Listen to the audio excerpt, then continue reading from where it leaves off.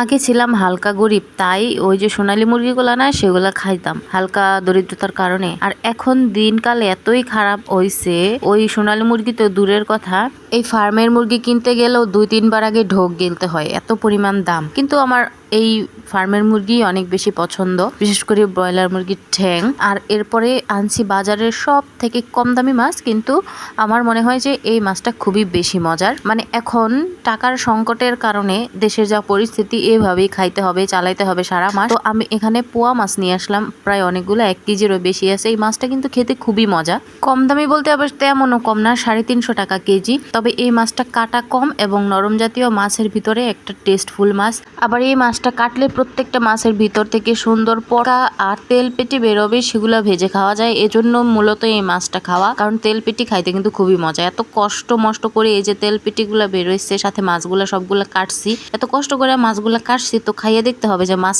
কাটা ঠিক হয়েছে কিনা। এই জন্য একটা মাছ আলাদা সরাই রাখলাম। আমার কিছু অপারগতার কারণে কিন্তু আমি সব ধরনের মাছ খেতে পারি না, কারণ আমি মাছ কুটতে পারি না। যেগুলো আমি কুটতে পারি সেই মাছগুলাই বেশিরভাগ আনি। আর এই যে মাংসগুলো সুন্দর করে কেটে কুটে আমি ধুয়ে টুয়ে রাখলাম। আমি এখানে আলাদা আলাদা করে রাখি, সবসময় বিরিয়ানির জন্য আলাদা রাখি। এরপরে ওই সলিড পিসগুলো তো এমনিতে খাওয়া যায় না, আর বাকিগুলো তরকারির জন্য। এরপরে মাছে আর কিছু তেলপেটির ভিতরে সুন্দরভাবে অনেকক্ষণ আগে হলুদ মরিচ লবণ মাখায় রাখছিলাম। এরপরে মাছগুলো আমি ভাইজা নেব, কারণ অলরেডি মাছ মাংস করতে করতে রাত্রে 12:30 বেজে গেছে। আমি এখনো রাতের খাবার খাইতে পারি নাই। সবকিছু গুছিয়ে টুছিয়ে তারপর আমি মাছ ভাজা দিয়ে এখন ভাত খাবো। চিকেনের ওই সলিড পিসগুলা কিন্তু মানে ব্রেস্ট পিসগুলা তরকারিতে আমি একদমই খেতে পারি না বা ভালো লাগে না, এই জন্য আলাদা করে রেখে দিই অন্যান্য রেসিপি দিয়ে খাওয়ার জন্য। তো সেই ব্রেস্ট পিস দিয়ে আমি আশা করি রেসিপি দেখাইতে পারবো। এদিকে মাছ কিন্তু আমার অলরেডি ভাজা শেষ, একদম সুন্দরভাবে আস্তে আস্তে মাছগুলা ভেজে নিলাম। এখন নিয়ে নিলাম আমি গরম গরম ভাত।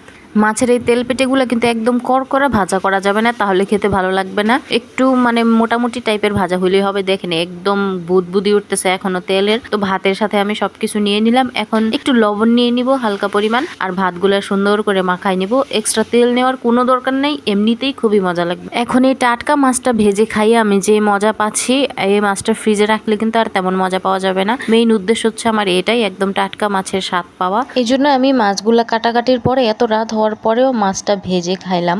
মেয়ে মানুষের আসলে এত মায়াবী হওয়া উচিত না, মানে অন্যের জন্য সবসময় দরদ দেখাইয়া নিজে কম খাইয়া অন্যের খাওয়াই বা নিজে না খাইয়া অন্যের খাওয়াই, এগুলা করলে কিন্তু জীবন থেকে আপনি অনেক কিছুই মিস করবেন বা একদম লস হয়ে যাবে। আপনার যখন যেটা করতে ইচ্ছা করে বা করা উচিত আপনি সেটাই করুন, নিজের জন্য করুন। এই যে আপনার কোনো কিছু খেতে ইচ্ছা করলে যে আপনি নিজে খাচ্ছেন না বা খেতে পাচ্ছেন না, অথবা নিজে না খেয়ে অন্যকে খাওয়াচ্ছেন, এতে কিন্তু আপনার কোনো লাভ হচ্ছে না। আপনি এই মানসিক শান্তিটা পাচ্ছেন, তবে আপনার ক্ষতি হচ্ছে, কারণ সেই খাবারটার অভাব আপনার শরীরে প্রতিনিয়তই রয়ে যাচ্ছে। আপনি একটা কর্মঠ মহিলা হিসেবে আপনার কিন্তু যথেষ্ট পরিমাণ খাওয়ার প্রয়োজন। সো আপনি অন্যের জন্য সবসময় সবকিছু না করে একটু নিজের জন্য করার চেষ্টা করুন। নিজে ভালো ভালো খান, সুস্থ থাকুন, খুশি থাকুন।